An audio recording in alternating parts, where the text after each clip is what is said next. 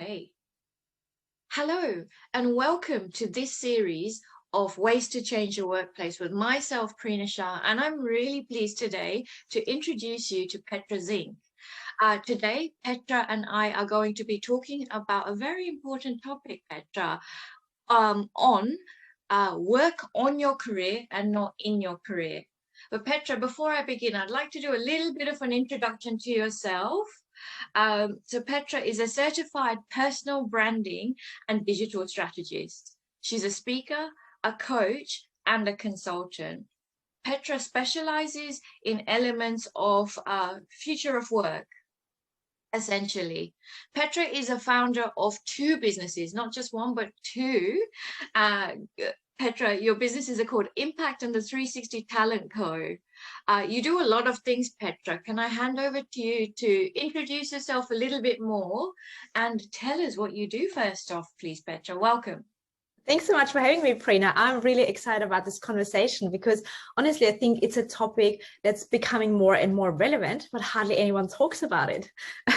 Yep. And how I landed on this topic and the specialization and the role that I'm doing now, personal branding and digital strategy for professionals, is because I found myself in a very vulnerable spot. I always thought my first career is my only career. I started in brand and product marketing for the fast moving consumer goods industry. And I thought this is my beginning and the end. So I didn't see the end coming from somebody else putting an end towards my career.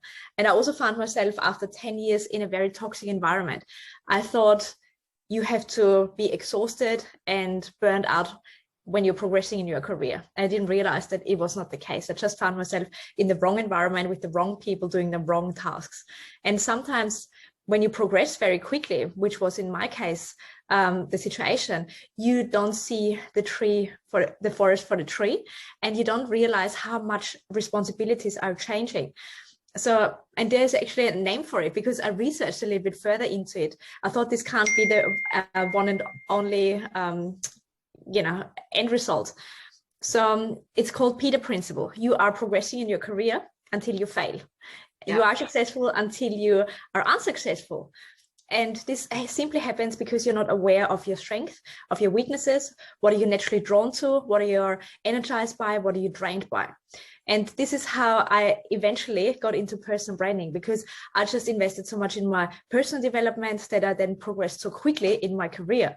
And I thought every single person needs to know about it, how they can create careers and opportunities based on their point of difference. And now with the future of work concept, where we have to change not only jobs, but careers more often, this is exactly what everyone needs to master. And this is where we landed with our current topic, working on your career and not in your career. Fascinating, Peter. So from a young age, you really excelled in the corporate world.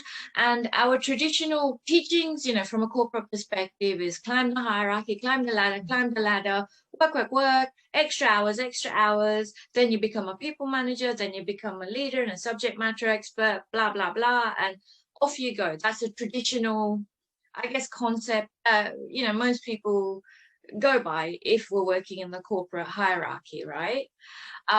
Your story is a fascinating one, and you shared a message with me as well, which you shared a quote with me a while ago: make your mess your message. And I think that has really helped you turn around from where you were in your corporate career to creating your own business now to help people who are in the same boat as you when you were in corporate land, right? Exactly, because as I said, I never thought I would do anything other than this one career. I had my uni degree in it, my network was built on it, the 10 years experience in a professional environment was in it. I didn't think anything beyond that. Now, nowadays, so many changes and disruptions happen, maybe due to technology, economical changes, maybe your boss hates you or the other way around. You just never know what happens. You fall sick. So we need to be able to not only go from one job to the other, but create new careers, upskill quicker. And also now with the world being more connected, it's also more competitive. So how we tell our story, how we actually position ourselves makes all the difference. Because if you are the best, but you're the best secret, you're still a secret. So I always say, if you are not visible, you can't be considered. And especially when you want to make a bigger impact, when you want to influence people, you need to show up, you need to share your thoughts, you need to create content, you need to collaborate, you need to work strategically with partners, you need to build a high net worth network. There are so many aspects to it, and I realized when I got into recruitment that I wasn't the only one who was struggling with not being able to pitch myself, to not being able to share the value in a way that's not douchey or comes across as too self-promoting, but so many others are struggling with this. And this is how I thought, you know what, there must be a little bit of a process that everyone can learn. And this is how I developed my process, how you can actually clarify your brand DNA or what makes you different, how you then communicate it, and of course how you can commercialize your strength. So make your message, simply because I didn't see it coming. I found a way, and now I'm teaching others to do it. And so many of us are going through those challenges. They may be burned out at work, they may have been sick, they may have been fired, whatever it might be. There's always a challenge somewhere, and if we can find what it actually is that drives us, we can exploit our passion and turn it into purpose, meaning we are actually delivering results and benefits for others. Fascinating, Petra. So how can one at a high level work on your career and not in your career? What does that mean? Can we deconstruct that statement as well? Yes. Well, it all starts with self-awareness, and this is what so many still misunderstand in the term of personal branding. It's not about showing how good you are. It's not about bragging about yourself. It's not about me time and content. It's about going deep and starting with what makes me different. What are my values? Am I driven by? And also, what are my natural strengths? Because in the end, you're never getting happy or satisfied if you are just pursuing your passion. Everyone says just follow your passion. Yes, it's nice, but if you don't do any good for others, we are never ever happy. And this is why so many are still depressed, even though they are quote unquote successful. They've got everything, but they don't have this giving back aspect to it. They don't know how else they can benefit others. And this is where we get our feel good feeling from it. So it all starts with you. And I always do a couple of tests, brand archetype tests, and then a personality test. So it combines your brand DNA, what makes you different, what you can't change, but then also looking at the skills. And so many tests like Myers-Briggs and so forth, they are good in what they are doing, but they don't necessarily go a little bit deeper and uncovering your subconscious mind. And this is exactly what a brand archetype test actually does for us. And this is the combination. And often this is enough for people to realize, now I know why I respond this way, or why I'm drawn to this person, or why I love this task and hate others. And in a second, you've got this clarity, you have got the confidence. And as much as we buy into competence, we also, if not more so, buy into people's confidence. If they know. Yes, completely. And you're completely right. So once you know more about yourself, you know what your strengths are, you know what your triggers are as well, and you can be far more emotionally intelligent in response to the workplace. Very, very, very fascinating points that you make, Petra. And often many people don't go through their career looking at themselves in this perspective, right? Exactly, because it is also not taught. It's not part of education. And you mentioned before, we don't just have one linear career path anymore, which we were trained in. We've got now side steps and cross steps and completely out steps and then in steps again. It's everything has changed. It's more like a jungle and not a ladder anymore. And people are so busy doing the doing and doing the work that they forget to build the bridge as to what's next. And this is also what I found myself in the situation. I was the doer. I was the first in, last out, took every project and responsibility on, because I thought this is the way how I show that I'm ready for the promotion, for the next step.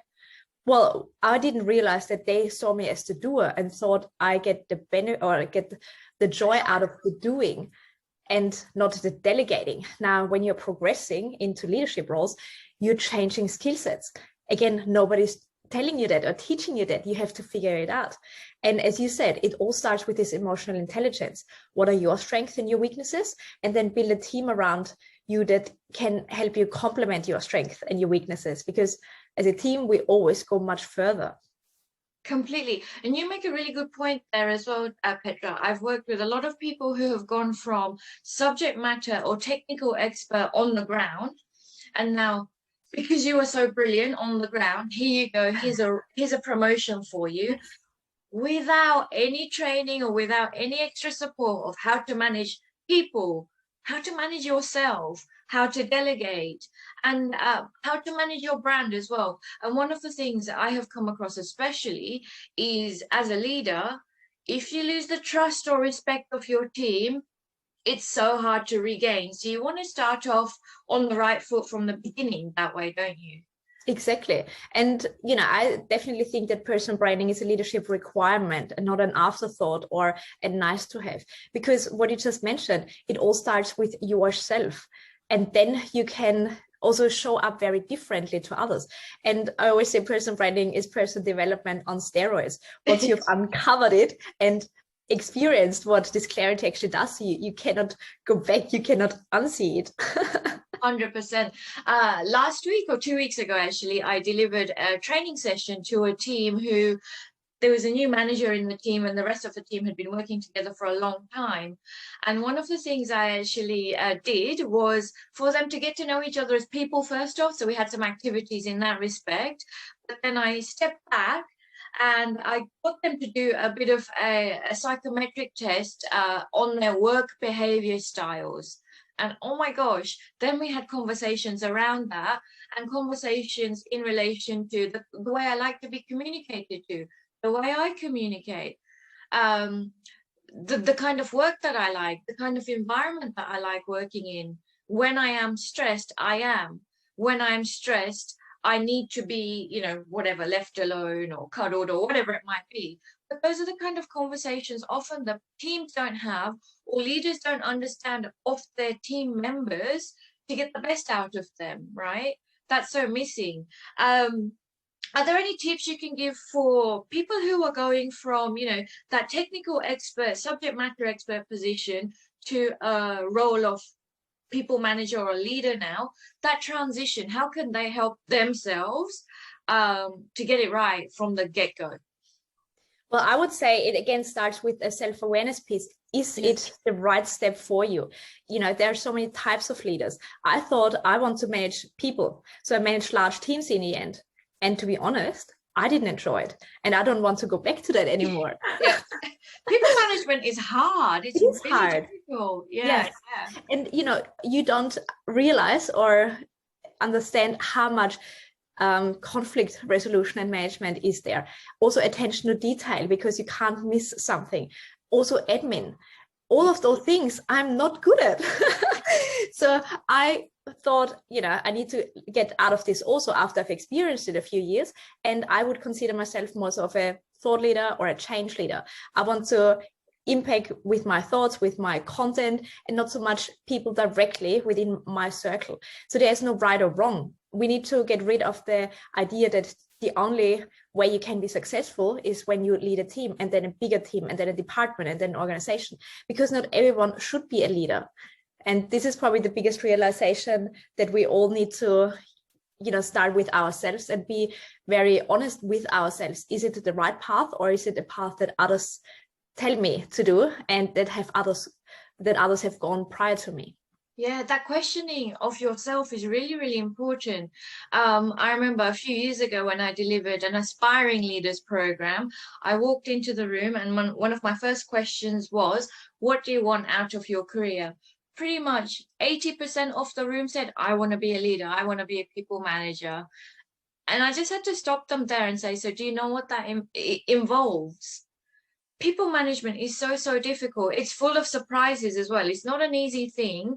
And yeah, really questioning your career as well, in terms of, is this the way I want to go, or what are my other options? People don't consider other options as well, right? Exactly. And it could even be a project leader that you still have responsibility over a result, but it doesn't necessarily need to be the people aspect of it.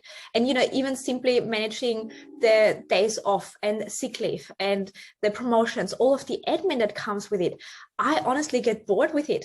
And when you're bored, you can also get burned out. And people also don't realize that it's not just about having too much on your plate and too hard tasks and too tight deadlines. It's also being bored, being not challenged, being not in your genius zone. So again, it comes down to emotional intelligence about yourself. That happens to a lot of people, and I'll be honest in saying that I have come across it through my coaching support that I do and consulting work as well, Petra.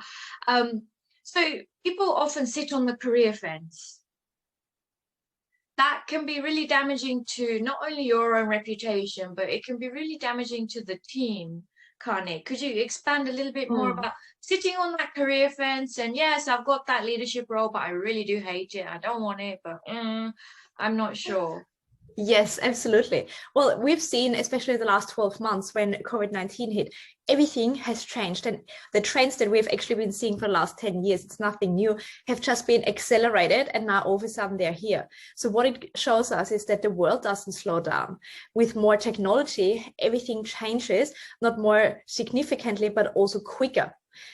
There's even a research that is conducted every 2 years. And I think it was in the 90s even, an average life cycle of an organization was 75 years, which means you go to university, you climb the ladder, you retire, you probably die, and you still haven't seen a change in an organization.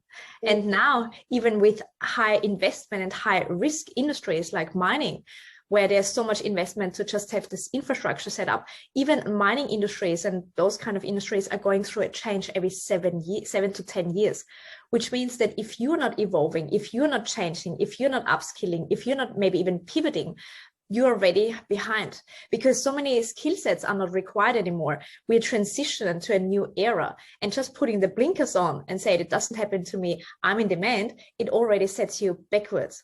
So you cannot go wrong in the second you're moving.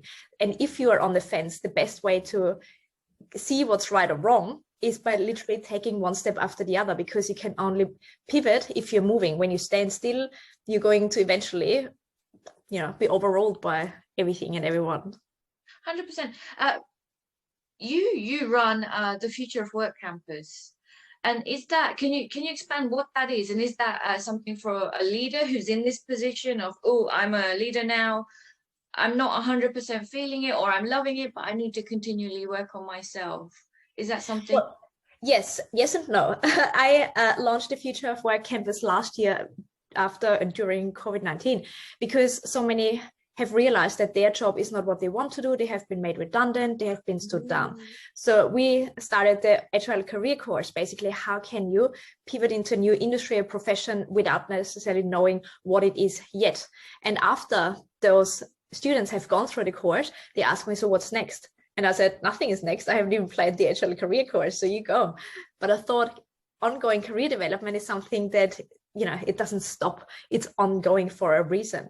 And especially those mid-level professionals who are a bit in between, they see what I started is not quite what I want to do, but I'm also not sure what's next. They are the perfect fit for the campus. For leaders, we're working mainly one-on-one or in a team setting, just because new levels, new devils, we have other conversations. Yeah. Cool. I'm going to put your details in the show notes, so if people want to reach out to you, they definitely will. I have one final question for you, Petra. If I gave you a magic wand, what is one way that you would change the way of the workplace?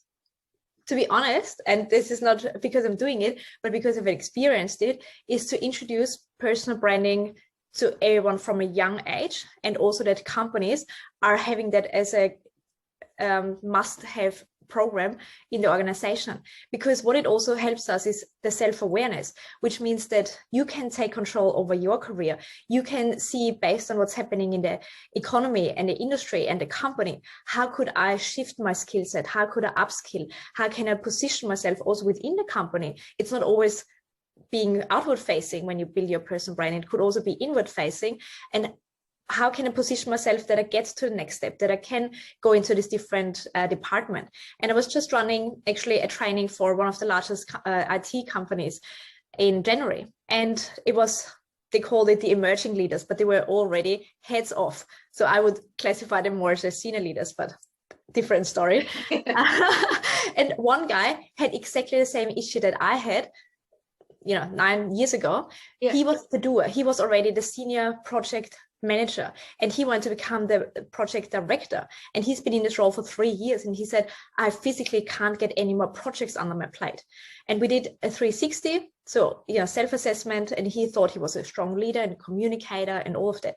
But the executive board, what they associate with him, he was the doer. He was not able to delegate and let go. So simply having this awareness, what do I perceive myself as, what do others see myself to be, makes already all the difference. And you mentioned the exercise before. When I can't communicate how I need to be managed, how I get motivated, how I perform my best work, I can't expect anyone else to manage me the right way. So I would say having this self-awareness and being able to position yourself in a way where you can get the best out of yourself helps the organization big times. And you also don't need to leave the company because you think, quote unquote, there is no further opportunity. Just because it doesn't go upwards doesn't mean you can go sideways or can create your own commercial opportunity. Yeah, absolutely. So I think that's a real missing market, isn't it? Organizations don't tap into their own talent and nurture their talent from that perspective. There's the traditional leadership development programs and whatever else. But from my corporate career in HR, never have we looked at individuals and how they brand themselves. So they can be the ambassador for the organization, especially if they're high potential people that you want to retain. There's a different thing that you can do to support them and their development, right? Beautiful. Exactly. And you mentioned a really good point. The retention rate is something that organizations consider now more and more so, simply because the talent pool, especially in those high demand roles, gets tighter and tighter and more competitive. And our talents in Australia, they can now work for a US-based or European-based company, and they can get another 10, 20, whatever grand more. Now, if I've got the choice and I've got 5 different offers, the loyalty also goes down from those talents, and they're not looking to stay with a company forever in 2 days.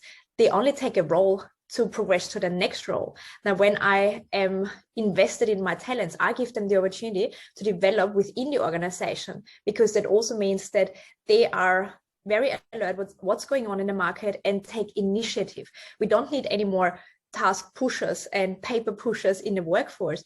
We need to have people who think on their feet, who are creative, who can take initiative without anyone telling them that they have to do it. And again, it all starts with this self-awareness piece, because when you are confident, you are putting your hand up and actually say, you know what, I'm really good with attention to detail. I don't have any of that in my current role, but I see in department so-and-so, this is everything that they're doing. What do I need to do to shift? What courses do I need to do? Which work experience do you need to get? So it's all about helping also our managers and leaders to get the best out of us. Yeah. And okay, another thing, I could talk to you forever about this. Another thing, I think the other thing on the flip side, so organizations need to offer this kind of support to their high potentials, especially, but then people need to speak out as well. You need to ask for this, right? If you are really lacking it and there's a question mark that you're feeling and something's amiss, ask for it, right?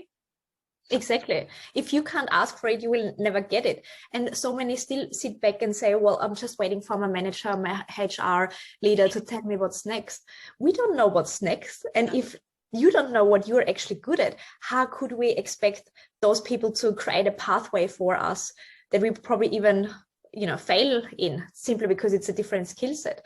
And there are so many jobs and careers and industries that haven't even been created yet. Like last year, how many new apps have come out, and brands have been launched, and products and services that we couldn't even imagine 12 months ago.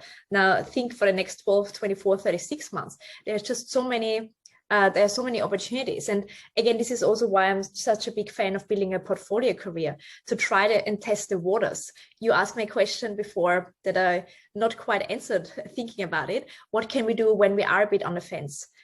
Proximity principle. Put yourself out there.